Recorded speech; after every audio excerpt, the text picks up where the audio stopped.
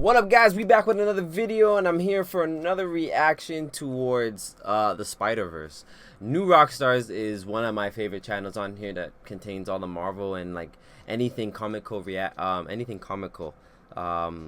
I love comics. I have a whole bunch of them. I have a whole bunch of just lying around. I got boxes of them over here, mainly for Miles Morales, because I'm trying to learn everything about him. Well, I know majority stuff about him, so I can play him in the MCU one day. But yeah, man, we're going to react to everything that changed across the Spider-Verse, because apparently they changed a whole bunch of stuff. Not only that, in the movies, in the theaters, they had what was it?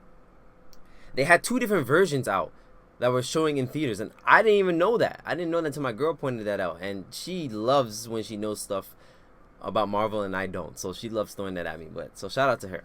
But anyways, we're here to watch to see what is different between the theatrical version and the digital version. I personally bought the digital version, obviously, and I'm gonna buy the physical version as well too, because I'm a Spider-Man fan. You know, I'm trying to be Miles Morales, like I've been saying. So without further ado, if you guys haven't subscribed to the channel, hi, my name is Khalil, aka Miles Morales, and if you guys like my reaction, make sure you guys hit the subscribe button and like the video at the end of this video, and make sure you guys go subscribe to New Rockstars as well too, if you guys are any fans of Marvel, DC, or anything. These guys touch upon everything and they catch every single Easter egg, so this is the place to be at. So let's get into the video, and here we go. Welcome back to New Rockstars. I'm Eric Voss, and Spider-Man Across the Spider-Verse is now out on 4K digital, which means we can now pause and see in pristine detail how gorgeous this movie looks, and an occasional awkward frame that'll give you nightmares. Lizard, what are you doing to Gwen here? As always, New Rockstars will do a massive frame by frame. It's me down there. Just kidding.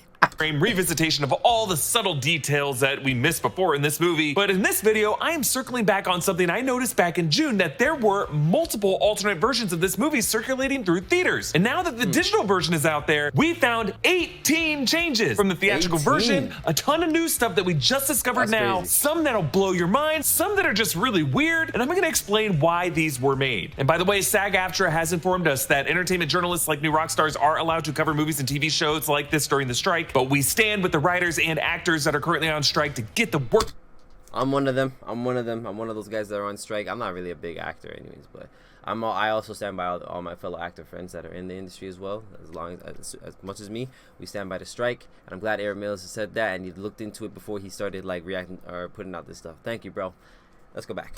Conditions they deserve. Okay, first detail, I've talked about this before, but the theatrical release, before the audio was updated, showed Lila in the opening Vulture Museum battle telling Miguel O'Hara that she already called for backup, extending a fist bump as she says, "But I enjoyed that." But now in the digital release, it shows her saying this while taking a selfie with Miguel O'Hara in a bunny filter. But I enjoyed that. Then a new difference here, in the theatrical version, when Miguel is introduced in his storyboard art as the leader of an elite strike force dedicated to the security of the multiverse, the camera zooms out from Miguel's head. But now in the digital version, the camera does a dolly zoom effect, in which we push in on the foreground, Miguel, while pulling out for the background, which includes Ben Reilly, Jessica Drew, Margot Kess, Spectacular Spider-Man, and Ezekiel Sims. So the dolly zoom is a camera technique used to convey a character's dizzying anxiety as they detach from reality and a sense of panic. And here, the added camera move serves to distance Miguel from the other members of the Spider Society, making him even more of a loner. And there's also a change that I talked about before in this scene, where as Miguel goes into attack the Vulture, there is definitely a difference between the theatrical version and now the digital version when it comes to how vampiric Miguel O'Hara comes off. Okay, but then another new detail, in the theatrical version, Jonathan Owen tells Miles' origin story, saying with a kind of villainous fiery passion, "I ran a test on this collider that brought a spider here from another dimension." But the digital version now uses a calmer take from actor Jason Schwartzman. Listen. "I ran a test on this collider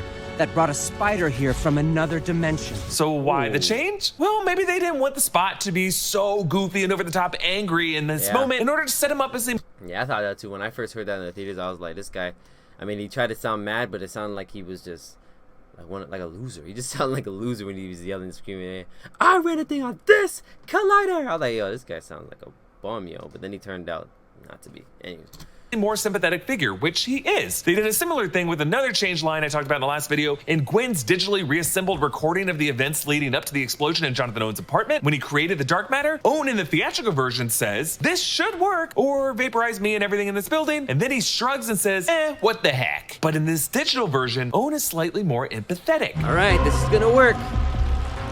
Or vaporize me and everything in this building, which would not be good. Yeah, he recognizes that it would not be good if it vaporized a ton of innocent people in that apartment building. Why did they change that? But then, shortly after the scene, Jess Drew tells Gwen to keep away from Miles. In the theatrical version, Gwen says, "I'll never see him again," and Jess says, "Nah, no kidding." But then under this, in the theatrical version, Miles, while he's invisible, pops up a purple text box of his inner monologue, pronouncing, "What?" But in the digital version, there's no text box. A little bit later, when Miles meets Spider-Man India, there is a subtle difference in the chai tea moment. In the theatrical version, Miles is a little bit more defensive in his reaction. You're saying DD. Would I ask you for a coffee with room for cream? I'm sorry. I'm so sorry. But now in the digital version, Miles is a bit more humble and resigned in his shame. You're saying DD. Would I ask you for a coffee with room for cream? I'm so sorry. I just can't believe they were so nuanced in this switch to care whether Miles was slightly less defensive or not. But because they put so much detail in this, you get to see these animators and directors putting so much care and attention to detail into this film, and that's why it's so good. But there's another change when Miles meets Hobie. In the theatrical version, when Hobie first charges in, there's just electric guitar instrumentals, but now in the digital version, you can actually hear punk rock vocal lyrics screamed over them. Oh, really? Wow. I never noticed that. I watched it. Also in the theatrical version, when Pravita greets him, Miles asks, "Hobie?" And there's nothing above his head, but now in the digital version, you can see yellow text with Hobie's name. Hobie? Why the change? Well, maybe with Hobie's chaotic entrance and his thick accent, it was kind of hard for some viewers to understand even what his name was. Now, interesting change here. When Gwen clears the rubble on the bridge in Mumbattan, in the theatrical version, you can definitely hear Haley Steinfeld's voice crying out, "Miles, no, no, no, no, no, no," assuming the worst about her friend. But in the digital version, they used a version that removes Gwen's dialogue. Oh, wow. Oh, but that's because she was trying to save Cannon. So why this change? Maybe to make Gwen less caring? Or just Yeah. stunned in silence? Maybe they wanted to show this from Miles' betrayed point of view later Yeah. in the movie when he thinks back on this moment, that he feels that Gwen didn't really have his back, that she didn't really care about his safety that much. Okay, Yeah, moving yeah, on to I the think so, Spider too. Society HQ in Nueva York. In the theatrical version, the puns from all the spider people pop up in yellow text boxes, but now in the digital version, the boxes are blue. Why this change? Well, as I explained before, yellow text boxes are meant to show Miles's That's what I said. I said that to my friends, yo. I was like, I don't know why it's yellow. I had this conversation with one of my buddies, and he was like, "Yo, the text bubbles and all this stuff was crazy." And I was like, "Yeah, but the only thing I didn't like in the theatrical, well, when I watched the movie in the theaters, like, is that the text bubbles were all yellow, and yellow was supposed to be like Miles' thoughts, like his thing." And everybody else text bubbles could have been like something different, like even a different, like one color. And I'm glad they switched that in the digital version. My friend's like, "Nah, man, that's not how it's supposed to be. It's just because the comic book accurate stuff." I was like, "Yeah, I get that, but like it's supposed to." When Miles was talking, it only showed yellow text bubbles when he was in his thoughts. But when they did that, but I'm glad that they fixed that in the thing there. See, yo, you know who you are, buddy. They fixed it, and I was correct. internal monologue. I should have bet him. And all of these being yellow would mean that he's hearing all their thoughts in his own mind via the spider sense, that they're all linked together. But instead, shading these blue now serves as a way of isolating Miles from them, that he now feels like he's not in on their inside jokes. It makes it more effective because they match the cold blue shading of the Spider Society. We've all got a certain amount of chores we've got to do, and we want them all to be as easy as possible, right? That's why we swapped out brooms for vacuums for Roombas. And it's the same reason you should try Clean My Mac X. Clean My Mac X is a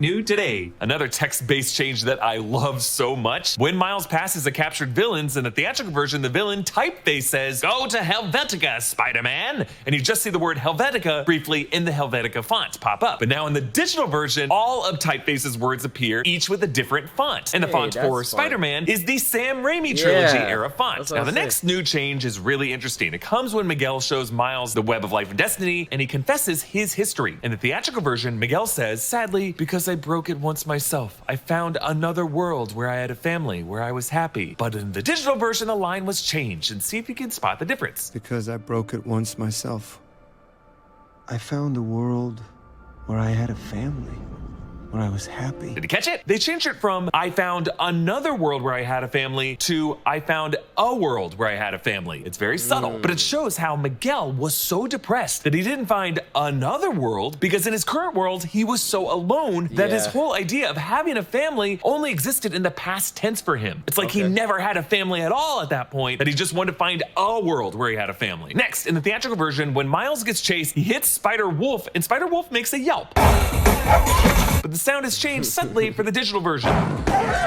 Yeah, it's less of a triggering dog yelp, which many of us dog lovers would just hate to hear in any context, so we're grateful for that change. Then another change, in the theatrical version, Ben Reilly puts Miles in a sleeper hold and says this. This is called a sleeper hold. I'm using my bicep to constrict you. But in the digital version, Ben Reilly's line was changed. I've got you trapped in my well-defined musculature, so don't even bother. In addition to avoiding putting a young kid in a dangerous chokehold, this makes the move more of a parody of Ben Reilly's 90s comic art design.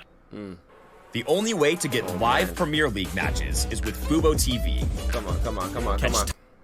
Then, big change here. In the theatrical version, when Miles pulls the big move on Miguel, he says, I'm gonna do my own thing. Sorry, man. I'm going home. Now, in the digital release, Miles actually says, nah, I'm gonna kill myself. I'm kidding.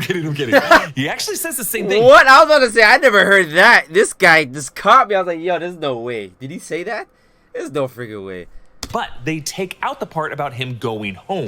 Nah, I'm gonna do my own thing. Now, I like that going home bit, but this would too. set up Miles not actually going home, but going to the wrong universe, which sets up two final changes in Earth 42. In the theatrical version, Miles' realization comes to him internally through his own voice and yellow text boxes. The spider that bit me, it wasn't from my dimension. But in the digital version, Miles hears another voice in his head shouting with no text box. A spider that gave you your powers wasn't from your dimension. That is Miguel's voice. It's kind of like A Christmas Story, you'll shoot your eye out, nightmare ringing through his head, where Miguel is screaming at him in his mind, shaming him, and that is what Miles hears. And then lastly, in the final scene, when Prowler Earth 42 Miles reveals himself to 1610B Miles. Yo, let me just say, Sony Animators and Sony Pictures, I want to work with you guys to be Miles Morales. Just want to let you guys know. But you guys are assholes, man. You guys did an amazing job on this movie, and then the ending was when it was getting like to its peak, you guys just cut it off. You just shot me down, yo. Shot me down. I thought they were gonna show me his face, and I was in the theater with my girl. I was like, yo, show him the face, show me the face. Because when they said there's a Miles Morales in this universe with braids, I was like. And then when they revealed his face, I was like, oh my god. My girl was like, oh my god, is that you? I'm like, oh my god. And everybody was texting me and calling me and saying, yo, we just seen the movie, we didn't know you. It was hilarious. Anyways. In the theatrical version, Prowler Earth 42 Miles has braids and his hair is pulled cleanly back from his forehead, with a face otherwise indistinguishable from our Miles. But in the digital version, Prowler Earth 42 Miles has more hair over his forehead and distinguishing lines on his cheekbones, making him look more mature and more intimidating, because this Miles has seen some shit. But as I mentioned in my past videos about Across the Spider-Verse, I do think the Prowler Miles in this universe, along with his Uncle Aaron, are actually the good guy vigilantes fighting against the Sinister Six of that universe. I think we'll learn more about them in Beyond the Spider-Verse and realize they're not that bad. They're just, kind of scarred. Hey, I want to thank. I think Miles is good.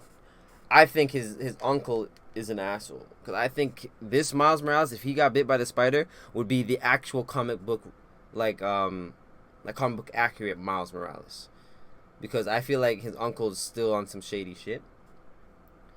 But I think Miles is doing it just to help him, because there's a scene. There's a like a deleted scene or like unfinished scene that I think was supposed to be in the movie, or supposed to be in Beyond the Spider-Verse that they're working on. And it shows that Miles Morales and his uncle are like stealing from, I think, for some people to give to his mom that works at the hospital and shit. And the way he was swinging, I'm like, yo, he would be a wicked Spider-Man. He was swinging like Spider-Man. He can swing. It was sick. It was sick. But I think that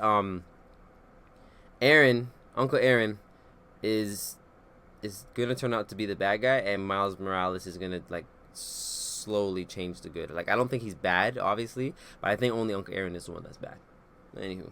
Eric Francisco with its help for this video. Please subscribe to all 3 channels of the New Rockstars Network. You can follow me on all social platforms at EAVOS. Thanks for watching. Bye. Yes, make sure you guys go subscribe to New Rockstars, all of their channels right there. You can see he'll be linked in the description below. But yeah, yo, that's crazy. They did change a lot. They put a lot of time and effort into this movie and a lot of love. So I don't care how long it takes for them to make. Actually, I kind of do because I really want to see it like now. But honestly, I don't care how long it takes for them to make Beyond the Spider-Verse. And I heard that one's going to be their last Miles Morales like animated movie. So I want this to be the best one. You know, throughout my whole Spider-Man journey, it used to be Tom Holland's movies used to be my favorite Spider-Man movies. I like Andrew Garfield and I like Tobey Maguire. Don't get at me with that. I like them, but I think my favorite Spider-Man is I know my favorite Spider-Man is Tom Holland's version of Spider-Man because I relate to that one a little bit more, to be honest. So he reminds me of the ultimate version of Spider-Man, and plus I'd rather be the Miles Morales in his universe or Andrew Garfield's universe, to be honest. Actually, I'd rather be Miles Morales in any of their universe. But anyways, without further ado, if you guys like my reaction and you guys like Marvel comics and anything geeky, because I'm a geek myself, subscribe to this channel. I'll do a lot more reactions if you guys want me to react to some more stuff like this, anything to go through, like comic books, Marvel, DC, although I'm not a DC fan, but I'll go through anything you guys want me to react to. But yeah, love you guys on the way to 3K subscribers. I'll catch you guys at the next one. Peace.